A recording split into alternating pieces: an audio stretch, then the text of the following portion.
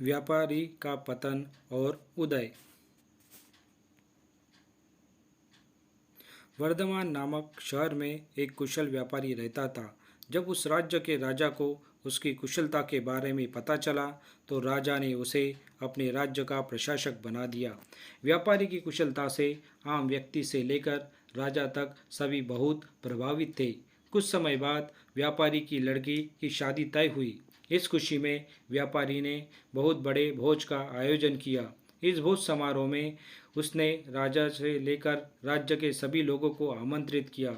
इस समारोह में राजघराने में काम करने वाला एक सेवक भी आया, जो गलती से राज परिवार के सदस्य के लिए रखी कुर्सी पर बैठ गया।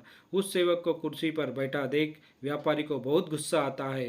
गुस्से में व्यापारी उस सेवक का उपहास कर समारोह से भगा देता है। इससे सेवक को शर्मिंदगी महसूस होती है और वह व्यापारी से सबक सिखाने की ठान लेता है। कुछ दिन बाद जब वह राजा के कमरे की सफाई कर रहा होता है तो उस समय राजा कच्चे नींद में होता है। सेवक मौके का फ़ायदा उठाकर बड़बड़ाना शुरू कर देता है। सेवक बोलता है, व्यापारी की इतनी हिम्मत जो रानी के साथ दुर्व्यवहार करे। यह सुनकर राजा नींद से उठ जाता है और सेवक को कहता है, क्या तुमने कभी व्यापारी को रानी के साथ दुर्व्यवहार करते हुए देखा है? सेवक तुरंत राजा के पैर में गिरकर उनसे माफ़ी मांगने लगता है और कहता है, मैं रात में सो नहीं पाया इसलिए कुछ भी बड़बड़ा रहा हूँ। सेवक की बात सुनकर राजा सेवक को कुछ नहीं बोलता, लेकिन उसके मन में व्यापारी के लिए शक पैदा हो जाता है। इसके बाद राजा ने व्यापारी के राजमहल में प्रवेश पर पाबंदी लगाकर उसके अधिकारों को कम कर दिया। अगले दिन व्यापारी किसी काम से राजमहल में आता है तो उन्हें पहरेदार दरवाजे पर ही रोक देते हैं। पहरेदार का यह व्यवहार देखकर व्यापारी को आश्चर्य होता है। वहीं पास में खड़ा राजा का सेवक जोर जोर से हंसने लगता है। पहरेदार से कहता है, तुम्हें पता है तुमने किसे रोका है? यह बहुत ही प्रभावशाली व्यक्ति है जो तुम्हें यहाँ से बाहर निकलवा सकते हैं। इन्होंने मुझे अपने भोज समारोह से निकलवा दिया था। सेवक की उन बातों को सुनकर व्यापारी को सब समझ में आ जाता है और वह उस सेवक से माफ़ी मांगता है। साथ ही साथ वह उस सेवक को अपने घर दावत के लिए आमंत्रित करता है।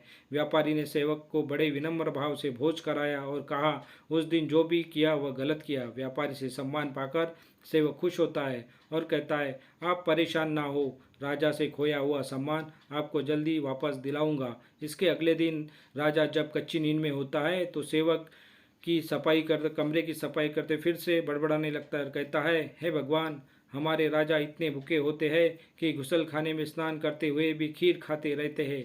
इस बात को सुनकर राजा नींद से उठकर सेवक से क्रोध में कहता है, मूर्ख सेवक, तुम्हारी इतनी हिम्मत कि तुम मेरे बारे में ऐसी बात करो।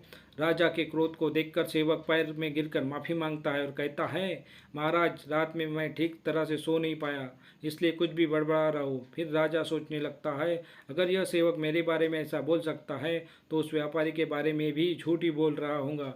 अगले ही दिन राजा ने व्यापारी को महल में बुलाया और उन्हें उनसे छीने हुए सभी अधिकार वापस दे दिए। कहानी से सीख।